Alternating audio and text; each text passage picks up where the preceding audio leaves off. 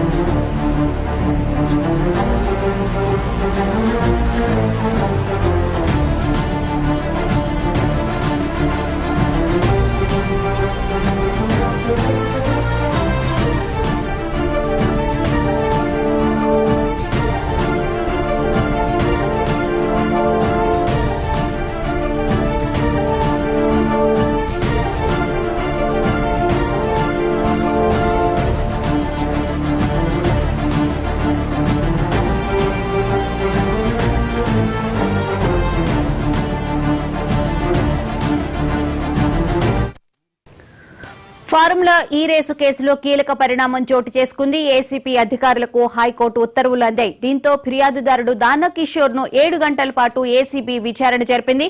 దానక్ Kishore statement ఆధారంగా త్వరలో కేటీఆర్, అలాగే అరవింద్ కుమార్ కు నోటీసులు ఇవ్వనుంది. ఏసీబీ స్టేట్మెంట్ ఆధారంగానే ఏసీబీ విచారించనుంది.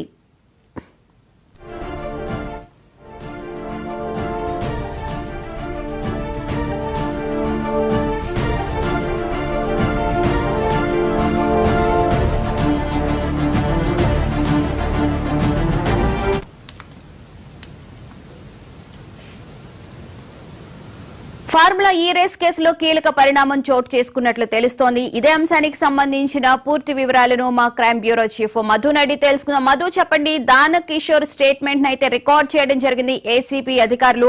సో త్వరలోనే కేటీఆర్ కి, అలాగే అరవింద్ కుమార్ కి, బీఎల్ఎన్ రెడ్డికి నోటీసులు ఇచ్చే అవకాశం ఉంది అని చెప్పని అంటున్నారు. వివరాలేంటి?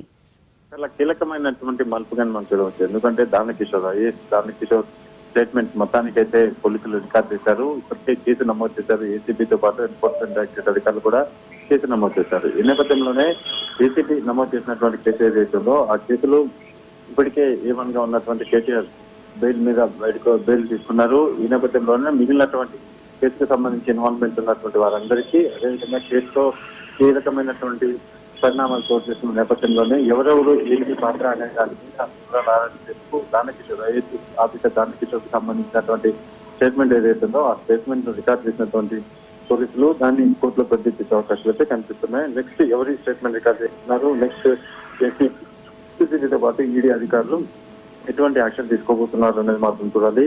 ఈ రోజు నిన్న జరిగినటువంటి స్టేట్మెంట్, మళ్ళీ ఈ రోజు ఎవరు స్టేట్మెంట్ రికార్డ్ చేస్తున్నారు అనేది కీలకం. ఒకవేళ కేటీఆర్ స్టేట్మెంట్ కూడా రికార్డ్ చేస్తే మాత్రం ఖచ్చితంగా ఈ కేసులో ఉన్నటువంటి పూర్తి స్థాయి అప్డేట్స్ అన్ని కూడా ఏసీబీ అధికారులకు కోర్టు ముందు ప్రవేశపెట్టే అవకాశం ఉంది. సో ఏం జరగబోతుంది రానున్న 48 గంటలు ఈ కాంగ్రెస్ కు సంబంధించినటువంటి మలుపు మాత్రం అత్యంత కీలకమైనటువంటి మలుపు అని మనం చూడొచ్చు. అయితే స్టేట్మెంట్ ఆధారంగానే ఏసీబీ అధికారులు కేటీఆర్ కి నోటీసులు ఇస్తారు అని చెప్పని అంటున్నారు కదా మధు?